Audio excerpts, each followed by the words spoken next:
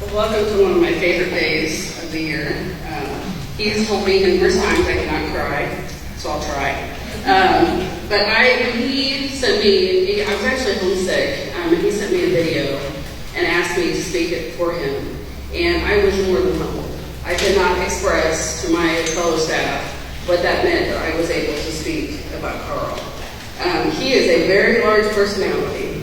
So if y'all don't know him, I can't even say large enough. It's not possible to talk and commend this young man for what he has done in the amount of time I have. So our journey together started 6 years ago. I have proof of little Carl in his oversized jacket and his glasses walking into orientation room where I was a teacher. It was my first year, and here he comes with his imagination and his oversized jacket, and I thought this kid is going to be a blast. And he did not disappoint. One of the things that I am so grateful for Carl is that he has always been able to put things into perspective for me. Even on my worst days, I'm thinking, if Carl can do this, what am I whining about? I need to put my big girl pants on, and I need to do what Carl might do. One of the things that he's affectionately known as is Pooh Bear around here. That's been a nickname probably since the beginning, I would say. And I was thinking, why is he called Pooh Bear?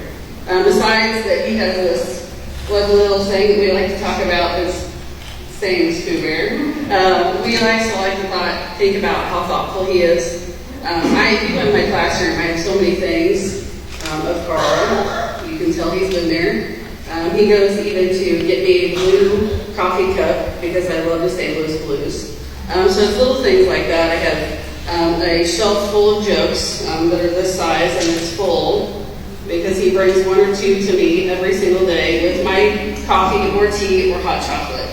And he always comes to me and will ask what I would like, and he usually always knows whether I need caffeine or not.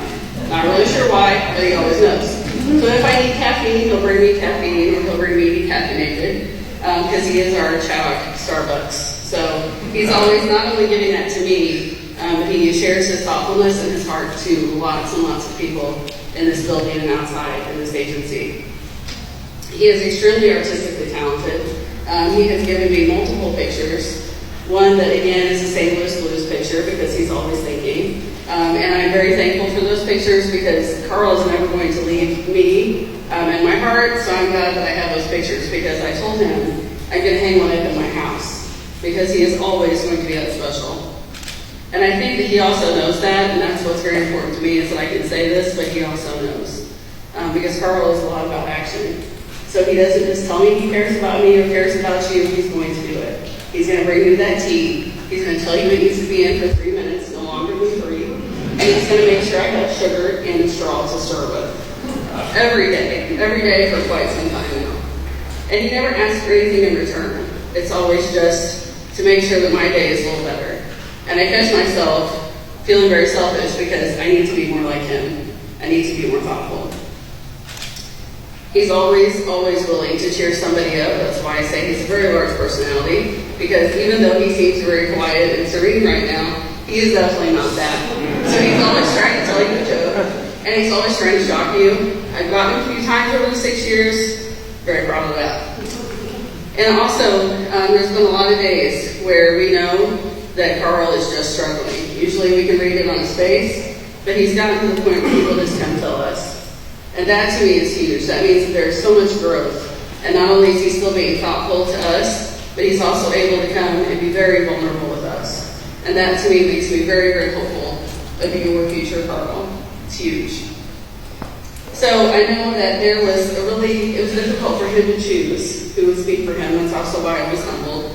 He's loved by many here. He loves many here. So what I did also was ask some of his favorites to share something. Mr. Bruner, who I know has been a huge support for you, Carl, says that Carl is the most caring and personable individual I have ever come across. So much so that he spent time every Sunday morning cutting out chocolate coupons for school staff. So again, those little things. And he knew that I had a wallflower in my wall, so he would bring me wallflower coupons. So congrats, Pooh Bear, and may your wonderful heart continue to benefit all of community.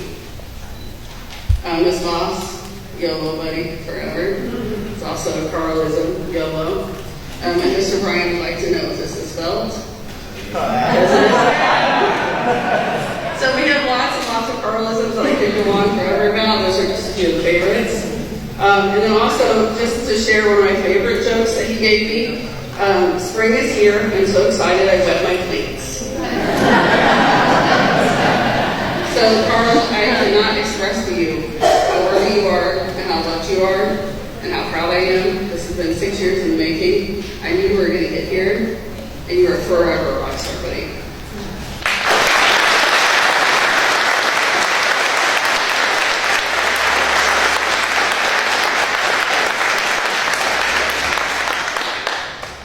I'd first like to thank my family, Miss Karen Epley, Miss Eston, Mr. Kellogg, Mr. Bruner, Miss Bighouse, Miss Gilligan, Miss Deborah, Mrs. Smith, Miss Voss, Miss Schubacher, Miss Kaylee, Miss Cindy, Miss Drake, Mr. Bryant, and Miss Lexi.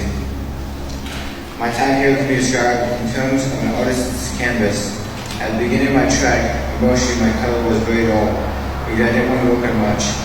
Eventually though, I needed to work on my treatment in order to get out. I also needed to strengthen my relationship with my family, so I worked on my paint color brighter. I needed to be bold enough to blend the colors of my canvas to a smooth, light clearness. My vision was precise and intense. My vision was to get better for mental health. When I was about 15, the paint on my canvas got heavy and thick. It was definitely not smooth. As I fell into a phase of depression, my paintbrush got heavier and heavier because I felt paper thin. I felt that everybody was against me, but that was not true. They were in fact here to help me. Soon, blending became an option. My canvas escaped the ugly and bitter things. Although I was still somewhat depressed, I felt happier. In 2017, I got my first art piece into the Quincy Art Center gallery with help of Zach Meyer. After that, I continued practicing getting better over time. And although I'm still battling mental health issues, I feel some difference. While I'm happy to have achieved my high school diploma, I'm sad to say goodbye to all of you and close this chapter of my life. Before I go, I would leave you with this quote by Sue Mom Kid. Go make your beautiful dent, and as you do, come down on the side of boldness.